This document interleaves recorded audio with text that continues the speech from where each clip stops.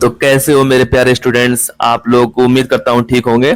और आज मैं आपके लिए लेकर आया हूँ प्लांट इंट्रोडक्शन, जो कि प्लांट ब्रीडिंग का एक बहुत ही इंपॉर्टेंट चैप्टर है और ये ब्रीडिंग का मेथड माना जाता है। ठीक है, तो आज हम प्लांट इंट्रोडक्शन के बारे में बहुत ही जल्दी जल्दी पढ़ेंगे और बहुत ही इंपॉर्टेंट जो चीजें हैं जो एग्जाम में आपके आ सकती हैं, जैसे कि कैन सुपरवाइजर हो गया, आने वाले एग्जाम में से यूनिवर्सिटी एग्जाम हो गया, आपका जीआरएफ, एसआरएफ या कोई सा भी एग्जाम, तो यहां से आपका क्वेश्चन बचेगा नहीं। ठीक है, तो पूरा क्रिस्टल क्लियर कॉन्सेप्ट भी हम आज यहीं से पढ़ के जाएंगे। ओके, चलिए शुरू करते हैं। What is plant introduction? Plant introduction है क्या?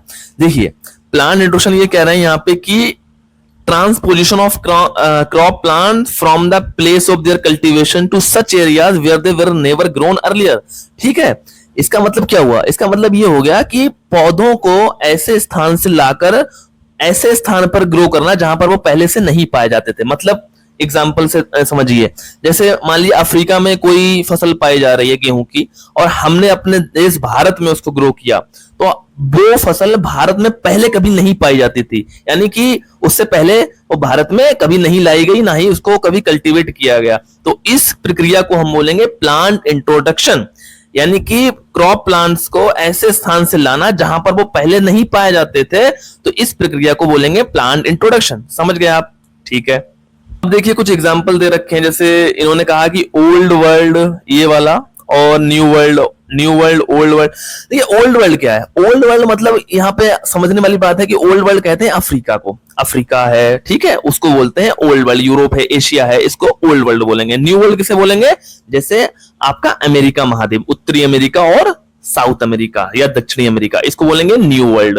तो ओल्ड वर्ल्ड में कौन कौन सी क्रॉप्स, जैसे व्हीट हो गया, बार्ले हो गया, ओट्स हो गया, या राइस हो गया। ठीक है, न्यू वर्ल्ड की क्रॉप कौन सी है? जैसे शुगर कैन हो गया, बनानास हो गया, कॉफी हो गया। ठीक है, इसी तरीके से न्यू वर्ल्ड में देख लो मेज हो गया, बीन्स हो गया, पीनट हो गया, पोटैटो हो गया। ओल्ड वर्ल्ड में टोमेटो हो गया, टोमेटो, टोबैको, रबर, कॉटन। तो ये एग्जाम्पल है कि कौन सी अफ्रीका में पाई जा रही है, कौन सी अमेरिका महाद्वीप में पाई जा रही है। तो आप इनको याद रख लीजिए। ठीक है, तो आपसे जैसे पूछते हैं पोटैटो, तो पोटैटो न्यू वर्ल्ड से आया हुआ है, इसका उत्पत्ति स्थान भी आपको पता होगा, अमेरिका है, दक्षिणी अमेरिका। ठीक है, चलिए देखिए एग्जाम पॉइंट से क्या इंपॉर्टेंट है कि जो प्लांट इंट्रोडक्शन है उसको बोलते हैं oldest method of crop improvement. तो क्वेश्चन आएगा, आपसे पूछेगा कि प्लांट ब्रीडिंग में क्रॉप इंप्रूवमेंट का सबसे पुराना मेथड किसे बोला जाता है, तो आप बोलोगे प्लांट इंट्रोडक्शन को ओल्डेस्ट मेथड बोला जाता है। किसका? क्रॉप इंप्रूवमेंट का। ठीक है, इंट्रोडक्शन। ओके, ठीक है, चलिए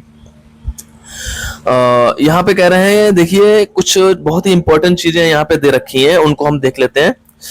जैसे देखिए प्लांट इंट्रोडक्शन में कुछ प्लेस है। देखिए यूजुअली कंट्री में, country sometimes between two climatic reason.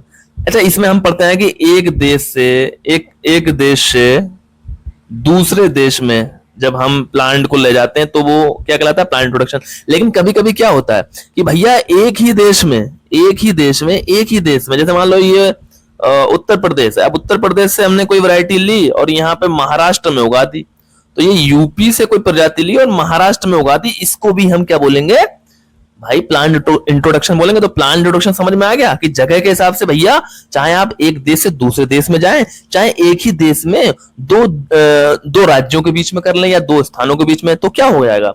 ये भी प्लांट इंट्रोडक्शन कहलाएगा। चलिए एप्लीकेशन देख लेते हैं भैया कहां कहां प्रयोग होता है। देखिए ये सेल्फ पॉलिनेटेड, क्रॉस पॉलिनेटेड और असेक्सुअली प्रोपेगेटेड, तीनों तरीके की क्रॉप्स में इसको यूज करते हैं। क्वेश्चन आएगा कि ऐसा कौन सा ब्रीडिंग का मेथड है जिसको सेल्फ पॉलिनेटेड, क्रॉस पॉलिनेटेड और असेक्सुअली प्रोपेगेटेड या वेजिटेटिवली प्रोपेगेटेड क्रॉप्स में यूज कर सकते हैं? तो केवल एक ही है जिसका नाम है प्लांट इंट्रोडक्शन। ठीक है, ये कह रहे हैं मींस, क्या क्या माध्यम हो सकते हैं प्लांट इंट्रोडक्शन को करने के? भाई या तो देखो अर्लियर पहले तो क्या होता है, ट्रेवलर से जो यात्री यात्रा करते थे, एक देश में दूसरे देश में जाते थे, तो क्या करते थे भैया, वो पौधे कुछ अच्छे लगे तो साथ में ले आते थे। कुछ व्यापारी होते थे जो व्यापार करने आते थे अपना साथ, कुछ इन्वेडर्स जो आक्रमणकारी होते थे भाई। अब क्या है, जो पहले की बात हो गई, अब जो है प्रेजेंट में स्पेसिफिक रेगुलेटिंग ऑर्गेनाइजेशन। जैसे अब क्या हो रहा है भाई, अब थोड़ी कोई यात्री जा रहा है, ट्रेडर्स हो रहा है, इन्वेडर्स हो रहा है, नहीं। अब सबसे बड़ी उन्होंने कर दी है, एक बना दी संस्था है जो वर्ल्ड लेवल पे, वो है IPGR। ठीक है, इंटरनेशनल प्लांट जेनेटिक रिसोर्स। ठीक है, ये कहा है? रोम, इटली में। आगे पढ़ेंगे इसके बारे में। और इंडिया में पूछी जाए तो कौन सी है? NVPGR, national bureau of plant genetic resource, new Delhi में, यहां से क्वेश्चन आता है। चलिए, अच्छा सोर्स कौन कौन से हैं, तो हम सोर्स भी देख लेते हैं भाई। देखिए सोर्स है, देखिए सेंटर ऑफ डाइवर्सिटी, ठीक है, gene banks, gene century, seed companies और फार्मर्स फील्ड। तो अब तो भाई हमारे पास अगर प्लांट इंट्रोडक्शन करना हो तो हम कहां से करेंगे? देखिए सेंटर ऑफ डाइवर्सिटी, जहां पे वो पौधे पाए जा रहे हैं बहुत बड़ी संख्या में, जहां उनका उत्पत्ति स्थान है, ठीक है, तो वेरिएबिलिटी ज्यादा होगी, तो सेंटर ऑफ डाइवर्सिटी से हम उसको प्लांट इंट्रोडक्शन कर सकते हैं। जीन बैंक से भाई अब गवर्नमेंट ने या प्राइवेट संस्थानों ने क्या किया है भाई, बीजों को सुरक्षित रखने के लिए लंबे समय तक, भाई 50-50, 100-100 साल तक बीजों को सुरक्षित रखने के लिए सीड्स को उन्होंने एक जीन बैंक्स बना दिए, आर्टिफिशियल स्ट्रक्चर बना दिया, ठीक है, तो उसको हम जीन बैंक्स बोलते हैं। जीन सेंचुरी क्या होती है भाई?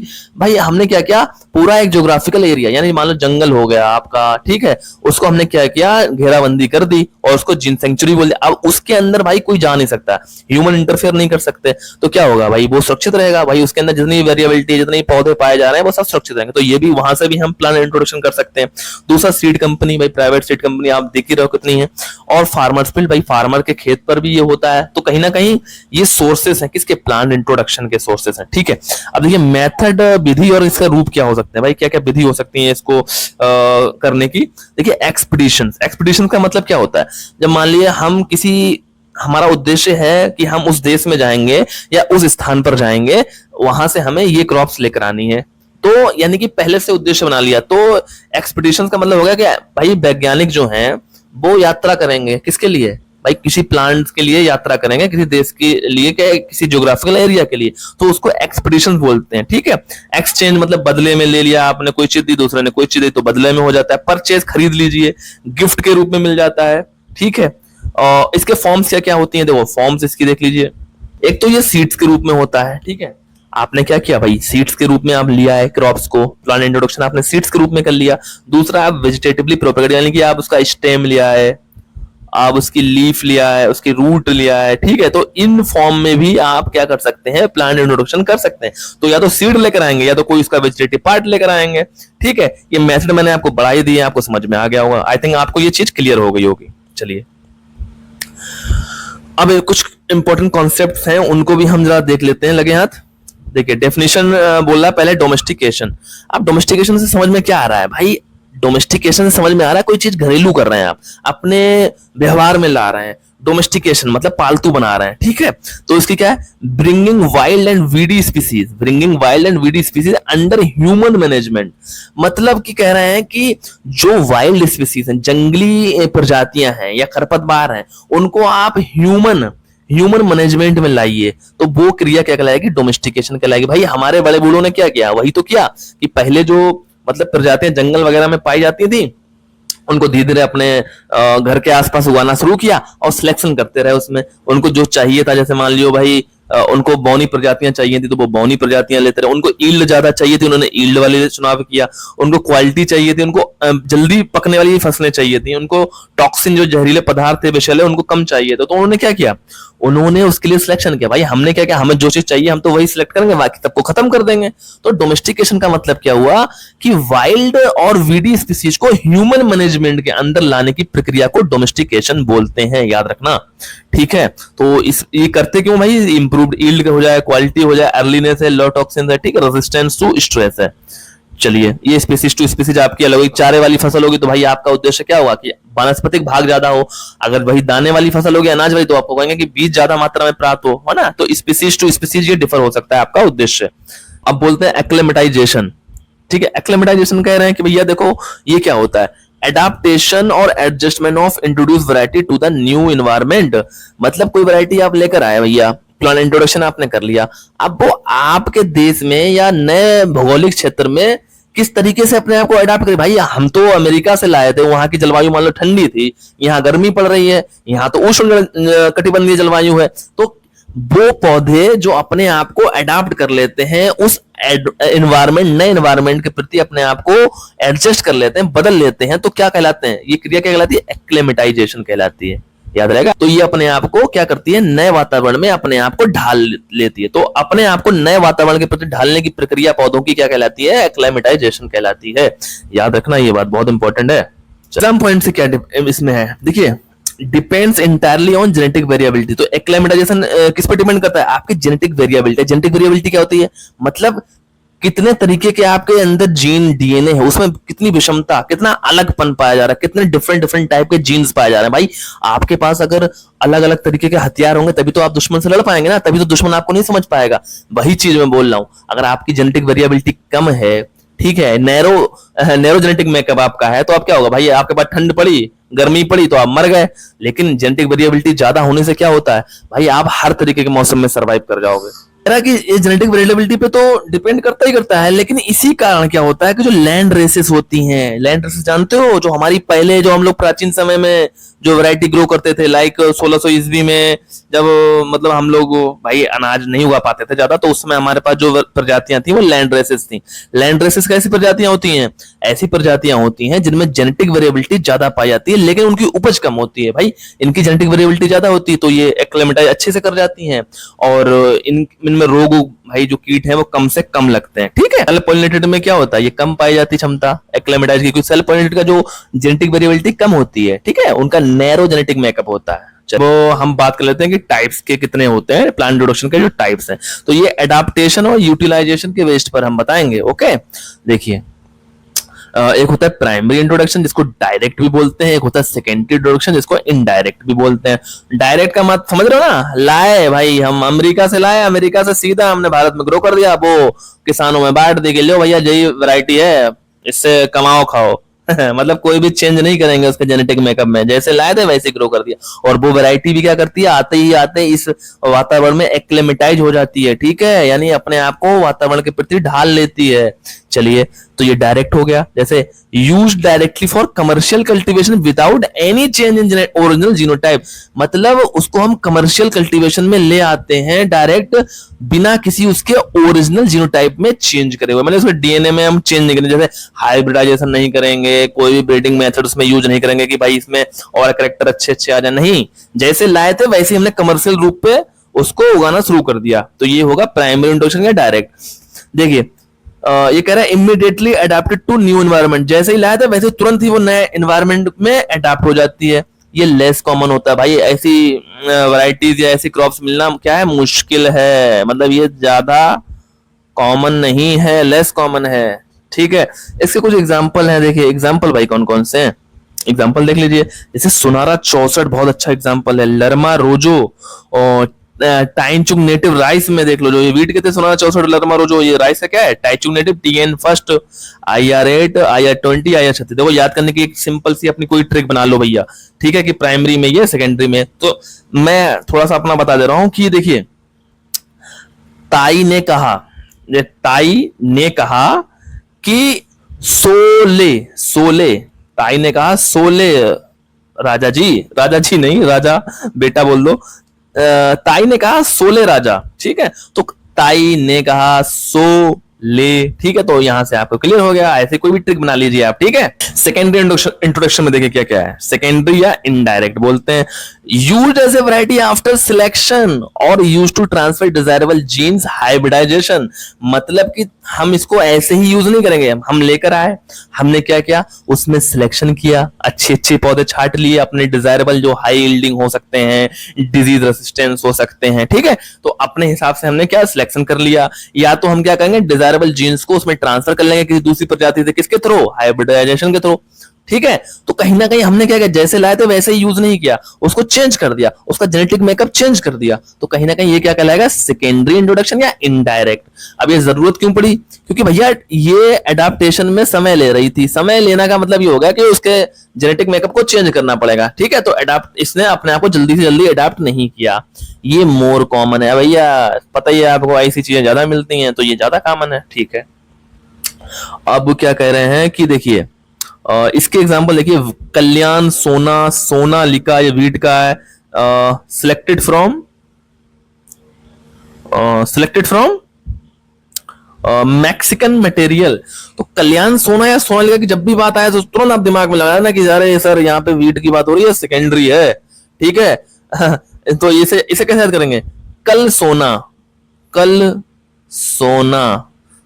सोना, अरे भाई कल वाली बात हो रही है, कल वाली बात हो रही है यानी कि बाद वाली बात हो रही है, यानी कि सेकेंडरी बात हो रही है, ठीक है। तो कल सोना, ये ट्रिक बना लीजिए, कल सोना, कल्याण सोना, और सोना तो सोनालिका, ठीक है, कल सोना। कल मतलब दूसरी बात हो गई, यानी सेकेंडरी या इनडायरेक्ट प्लांट इंट्रोडक्शन हो गया। ऐसे ट्रिक बना लीजिए अपनी, सिंपल, वेरी सिंपल। अब प्लांट इंट्रोडक्शन के पर्पस क्या है भाई, उद्देश्य क्या है, क्यों कर रहे हैं हम लोग ये, ठीक है। सिंपल है भाई, इसके कुछ उद्देश्य होंगे। जैसे पहला है इकोनॉमिक, पैसा मिलना चाहिए। अब पैसा कैसे मिलेगा, या उससे हमें फायदा क्या है, इकोनॉमिक यूज क्या है, तो जैसे भैया हमें खाना मिल सकता है, फूड, यानी अनाज मिल रहा है, दालें मिल रही हैं, तो भैया क्या है, फूड मिल रहा है। वेजिटेबल्स मिल रही हैं, सब्जियां मिल रही हैं, ऑयल मिल रहा है, टिम्बर लकड़ी मिल रही है, मेडिसिनल प्लांट्स मिल रहे हैं, ठीक है। चलिए, ये हो गया इकोनॉमिक यूज। दूसरा इसका study of origin and evolution. अब हमें क्या पता भाई, हम तो स्टडी कर रहे हैं भाई कैसे इसकी उत्पत्ति हुई, कैसे इसका विकास हुआ। जैसे गेहूं के बारे में पढ़ते हैं ना कि किन किन में क्रॉस हुआ, फिर टेट्राप्लाइड बनी, फिर हेक्साप्लाइड बनी। तो ये क्या होगा, एक इवोल्यूशन को समझने के लिए भी एक जरिया है। जैसे distribution of wild relatives helps trace geographical origin, बेबीलोब सेंटर ऑफ ओरिजिन। अभी हम बेबीलोब्स के सेंटर ऑफ ओरिजिन भी पढ़ेंगे कॉन्सेप्ट, आने वाली क्लास में इसका कॉन्सेप्ट भी हम पढ़ेंगे। चलिए, तो कहीं ना कहीं ये कहना है कि अगर आपको इनके वाइल्ड रिलेटिव्स का डिस्ट्रीब्यूशन पता है कि कहां पर ये उनकी उत्पत्ति हुई थी, तो आप इनकी ओरिजिन स्टडी कर सकते हैं, ओरिजिन की, इनके एवोल्यूशन की, इनका विकास कैसे हुआ ये भी स्टडी कर सकते हैं। तो वेबिलोव्स का सेंटर ऑफ ओरिजिन का सिद्धांत भी है, वो हम आने वाली किसी क्लास में कवर करेंगे। तीसरा, कंजर्वेशन ऑफ डाइवर्सिटी। भाई डाइवर्सिटी है हमारे पास, हम उसको कंजर्व यानी सुरक्षित रख सकते हैं प्लांट इंट्रोडक्शन के द्वारा। हमने क्या किया भाई, प्रोटेक्ट किया उसको, किसको, क्रॉप की जेनेटिक डाइवर्सिटी को, किससे, इरोजन से। भाई इरोजन का मतलब क्या है, क्षरण। भाई आप जान ही रहे हो क्या हो रहा है कि डिफॉरेस्टेशन हो रहा है, जंगलों को नष्ट किया जा रहा है, वनस्पति नष्ट हो रही, तो क्या हो गया भाई, वाइल्ड स्पीसीज खत्म हो जाएगी। हम क्या कर रहे हैं, टाउनशिप्स, भाई शहरों का निर्माण कर रहे हैं, आबादी बढ़ रही है, तो कहीं ना कहीं हम उनको खत्म करेंगे, साफ सफाई रखेंगे, तो जितनी भी वाइल्ड स्पीसीज थी वो सब खत्म हो जाएंगी। तो प्लांट इंट्रोडक्शन क्या कर रहा है भाई, उनको कंजर्व करने का काम भी कर रहा है, ठीक है। तो ये याद रखना। अब चलिए, यूज इन हाइब्रिडाइजेशन। अब हमें क्या करना है भाई, डिजायरेबल कैरेक्टर को कहीं से कहीं ट्रांसफर करना है, एक पौधे से दूसरे पौधे में ट्रांसफर करना है। तो क्या हुआ, हम अमेरिका से जो पौधा लेकर आए थे, हमने देख लिया इसमें यार बहुत अच्छे अच्छे कैरेक्टर हमारे डिजायरेबल कैरेक्टर हैं, तो हमने क्या किया, वहां से उनको कल्टीवेटेड स्पीसीज में ट्रांसफर कर दिया। किसके द्वारा, हाइब्रिडाइजेशन। हाइब्रिडाइजेशन क्या होता है, संकरण। संकरण क्या होता है बच्चों, संकरण का मतलब होता है दो डिफरेंट जेनेटिक मेकअप या दो डिफरेंट पौधों के बीच में या जीवधारियों के बीच में संकरण कराने की प्रक्रिया को हाइब्रिडाइजेशन बोलते हैं। और इससे प्राप्त जो संतति होती है, प्रोजनी होती है, उसको क्या बोलते हैं, संकर या हाइब्रिड बोलते हैं। चलिए, आपको पता चल गया।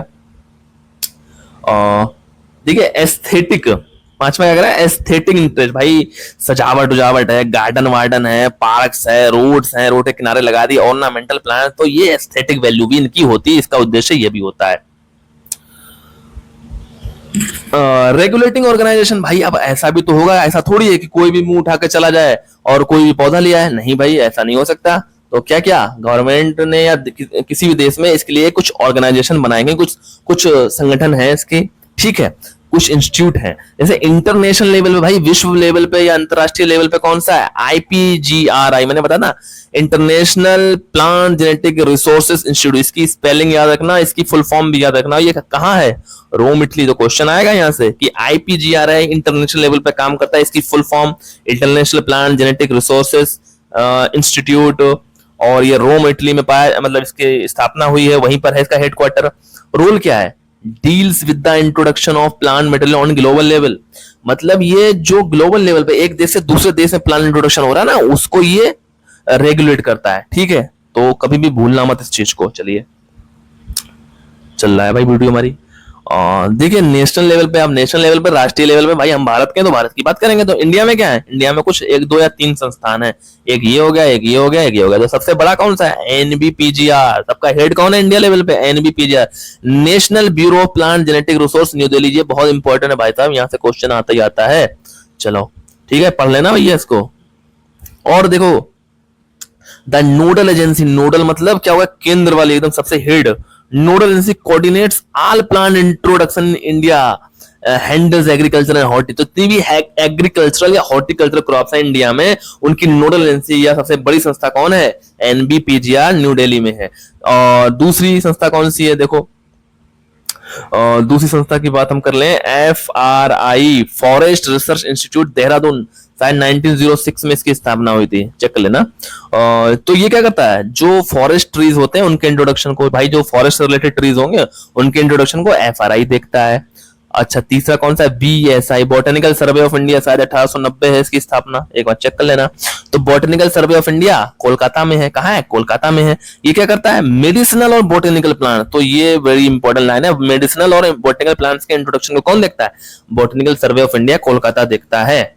चलो ये हो गया। एग्जाम पॉइंट में देख लो भाई, ये चीज है, various research institute can introduce plant but only through NBPGR, मतलब भाई FRI है, VSI है, लेकिन सबका हेड कौन है, कहने का मतलब है NBPGR है, ठीक है। चलो भाई प्रोसीजर भी देख लेते हैं धीरे धीरे अपने लोग, जब आ गए यहां तक तो प्रोसीजर भी चेक कर लेते हैं एक बार कि प्लान इंट्रोडक्शन का प्रोसीजर क्या है। देखो स्टेप 1 क्या करा, रिक्वेस्ट, भाई सबसे पहले तो आप रिक्वेस्ट करोगे ना, प्रार्थना पत्र लिखोगे कि हमें ये चाहिए है, तो क्या क्या है, इंडेनर प्रोवाइड्स डिटेल्स, ठीक है, indentors provide details of required plant material and its origin to NBPGR, मतलब कह रहे हैं भाई जिनको मंगाना है वो क्या करेंगे, NBPGR को उसकी डिटेल देंगे, जो रिक्वायर्ड मटेरियल है कि क्या चाहिए आपको, इसका ओरिजिन क्या है, ठीक है, तो वो NBPGR को आप उसको रिक्वेस्ट के रूप में देंगे।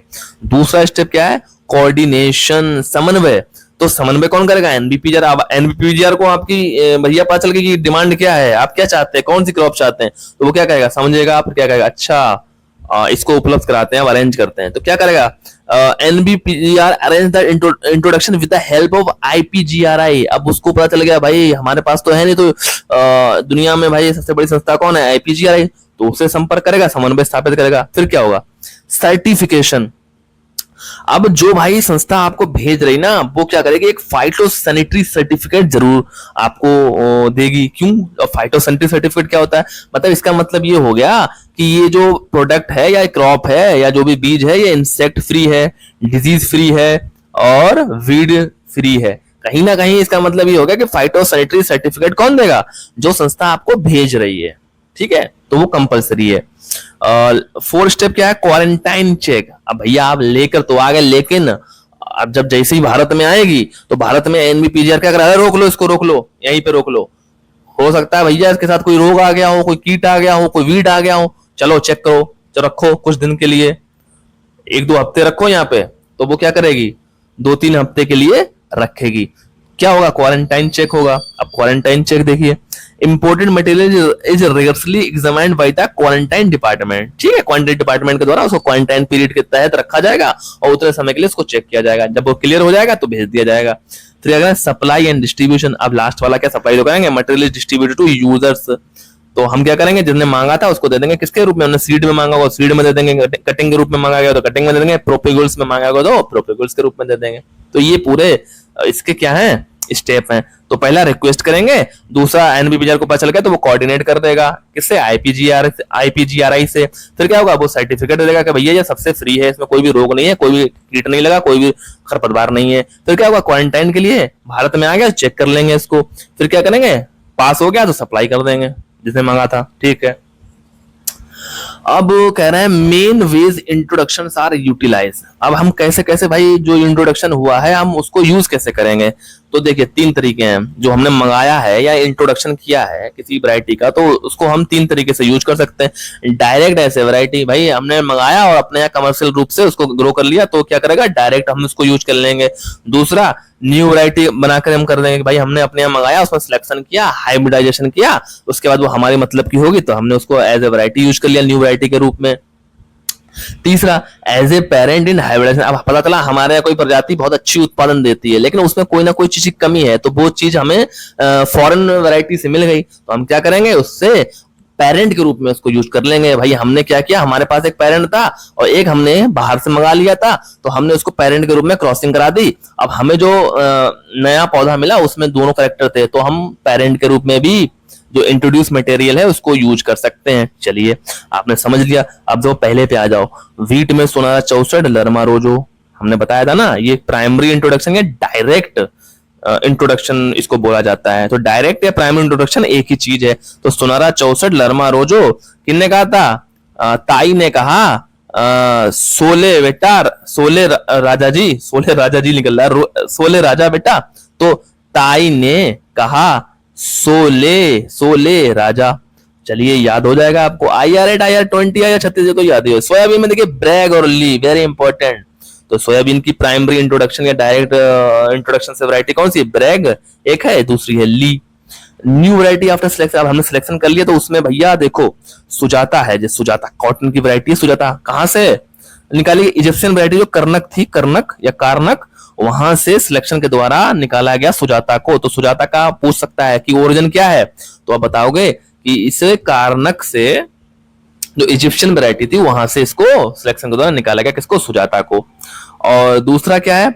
PRS 72 from Russian material. PRS 72 भी कॉटन की वैरायटी, तो उसको कहां से लिया गया था? Russian material. तो वीट, वीट में कल्याण सोना है, सोनालिका है, ये मैक्सिकन इंट्रोडक्शन के द्वारा निकाली गई है। ठीक है, तो कल सोना, कल सोना, ठीक है, कल यानी दूसरा, ये सेकेंडरी हो गया।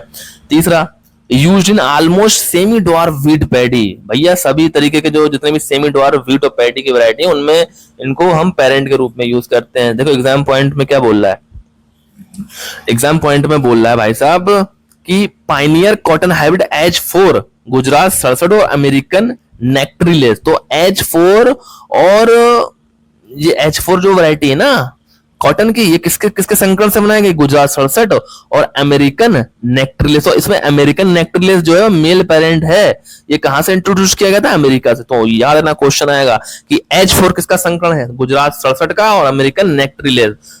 जो अमेरिकन नेक्ट्रिलेस है वो मेल पेरेंट यूज किया गया कहां से? अमेरिका से। चलिए वेरी वेरी गुड। अब हम इसके मेरिट और डिमेरिट पढ़ लेते हैं। भाई क्या लाभ है क्या हानि, भाई सबकी होती है तो इसकी भी होंगी। देखो लाभ पढ़ते हैं। Very easy and quick method. तो क्वेश्चन आएगा सबसे इजी और क्विक मेथड कौन है प्लांट ब्रीडिंग का? तो आप बोलोगे सर प्लांट इंट्रोडक्शन है। चलिए दूसरा, इंट्रोड्यूस इंटायरली न्यू क्रॉप्स, जैसे मेज हो गया, पोटैटो हो गया, ग्राउंडनट हो गया, पपाया हो गया। भैया इसके द्वारा एक नई क्रॉप्स को हम इंट्रोड्यूस कर देते हैं। जैसे हमारे यहाँ पहले पोटैटो नहीं था, पुर्तगाली लेकर आया, ग्राउंडनट नहीं था, पुर्तगाली ब्राजील से आई, पपाया मैक्सिको से आया, मेज मैक्सिको से आई। तो कहीं ना कहीं हमारे यहाँ थोड़ी था भाई, इंट्रोडक्शन हुआ प्लांट इंट्रोडक्शन और हमारे देश में ये आ गई। चलिए नेक्स्ट क्या है? Excellent for germ plasm. भाई जर्म प्लाज्म के कंजर्वेशन के लिए, उसको संरक्षित करने के लिए, प्रिवेंट करने के लिए जेनेटिक इरोजन से, ये क्या है? बहुत ही जरूरी है। तो ये फायदा है ना भाई, प्लांट इंट्रोडक्शन करो और जो जर्म प्लाज्म है उसको कंजर्व कर लो। नेक्स्ट क्या है? Applicable to self, cross and vegetatively propagated crop. ये तीनों में यूज होता है, हम बता चुके हैं आपको। डिमेरिट क्या है? देखिए रिस्क है भैया। कौन कौन से रिस्क हैं? कि भैया वीड्स आ सकता है, आर्जिमोन मैक्सिकाना आ गया था भैया, डिजीज आ सकता है, लेट ब्लाइट ऑफ पोटैटो आ गया था, बंची टॉप ऑफ बनाना आ गया था, कॉफी रस्ट आ गया था, इंसेक्ट आ जाते हैं जैसे वूली एफिस ऑफ एप्पल आ गया था, पोटैटो ट्यूबर मॉथ आ गया था। कहीं ना कहीं ये चीजें क्या है? ये डिमेरिट भी है भैया। तो डिमेरिट और मेरिट, मेरिट ज्यादा है, डिमेरिट तो बहुत कम है। चलो अब जरा क्विक रिवीजन कर लेते हैं, बहुत ही इंपॉर्टेंट फैक्ट, और यहां से आपको क्या होगा? एक आध क्वेश्चन देखने को मिल जाएगा, पूरा समरी है ये। चलो ओल्डेस्ट क्रॉप इंप्रूवमेंट मेथड किसको बोला जाता है? प्लांट इंट्रोडक्शन को बोला जाता है। डायरेक्ट रिलीज डायरेक्ट रिलीज या प्राइमरी इंट्रोडक्शन एक ही चीज है, डायरेक्ट रिलीज या प्राइमरी इंट्रोडक्शन। ये है IR8, सोनारा 64। तो एग्जाम्पल जरूर याद रखना बेटा। रिलीज आफ्टर सिलेक्शन सेकेंडरी का हो गया भैया, हमने लाए फिर सिलेक्शन किया फिर किया, यानी कि सेकेंडरी हो गया। या इनडायरेक्ट हो गया, जैसे कल्याण सोना सुजाता, कल सोना। ठीक है, याद रखना कल सोना मतलब दोबारा दूसरे दिन की बात हो रही है, सेकेंडरी की बात हो रही है। सुजाता आप जाने गए हो, ठीक है, व्हीट की है, ये कर्नाक वैरायटी है, कर्नाक। वेटर एक्लाइमेटाइजेशन, भाई क्रॉस पॉलिनेटेड स्पीसीज जो होती हैं उनकी जो हाई जेनेटिक वेरिएबिलिटी होती है उसके द्वारा उनमें क्या होता है? वेटर एक्लाइमेटाइजेशन होता है, मतलब अपने आप को वातावरण के प्रति एडजस्ट करने की क्षमता किसकी ज्यादा होती है? क्रॉस पॉलिनेटेड की। क्यों? क्योंकि उसमें हाई जेनेटिक वेरिएबिलिटी पाई जाती है। दूसरा, नोड एजेंसी कौन सी है इंडिया में प्लांट इंट्रोडक्शन की? NBPGR जो कि न्यू दिल्ली में है। ये कब बनी थी? 1976 है, एक बार चेक कर लेना आप। दूसरा, ग्लोबल नोड एजेंसी कौन सी? IPGRI रोम है। ठीक है, देखो ग्लोबल में आईपीजीआर, इंडिया में एनबीपीजीआर। और मैंडेटरी इंपोर्ट डॉक्यूमेंट क्या है? फाइटोसैनिटरी सर्टिफिकेट जो है भैया, वो बहुत ही इंपॉर्टेंट डॉक्यूमेंट है, इसके बिना तो माना ही नहीं जाएगा। जो देश भेजेगा वो फाइटोसैनिटरी सर्टिफिकेट उसके साथ में लगाकर देगा कि भैया इसमें कोई भी डिजीज नहीं है, कोई भी रोग नहीं है, कोई भी इंसेक्ट नहीं है, कोई भी खरपतवार नहीं है। अच्छा, H for cotton male parent, American nectariless, हमने बताया था ना कि कौन सी वैरायटी थी कॉटन की? एच फोर किससे बनी थी? एक तो गुजरात 67 थी और एक थी अमेरिकन नेक्ट्रिलेस। जो अमेरिकन नेक्ट्रिलेस है इसको मेल पेरेंट के रूप में यूज किया गया था। ये कहां से लाए थे भैया? ये अमेरिका से लाए थे या मैक्सिको से लाए थे? Okay, great. Unwanted unwanted historical introduction, argemone Mexicana आया था भाई साहब, लेड ब्लाइट पोटैटो आया था, कॉफी रस्ट आया था, बंची टॉप अप बनाना आया था। तो कोई जेनेटिक्स एंड प्लांट ब्रीडिंग से मैं आपको क्लासेस देता रहूंगा। और भी अदर सब्जेक्ट हैं जैसे soil science, agronomy, horticulture, animal husbandry, agriculture economics, उनसे भी क्लासेस आएंगी आपके लिए। लेकिन आप पढ़ते रहिए और आगे बढ़ते रहिए। तो इन क्लासेस को आप रिवीजन करिए और इस वीडियो को ज्यादा से ज्यादा शेयर करिए। हमारे चैनल मिस्टर एग्रीकल्चर को लाइक और शेयर करिए और सब्सक्राइब करिए। ठीक है, बेस्ट ऑफ लक।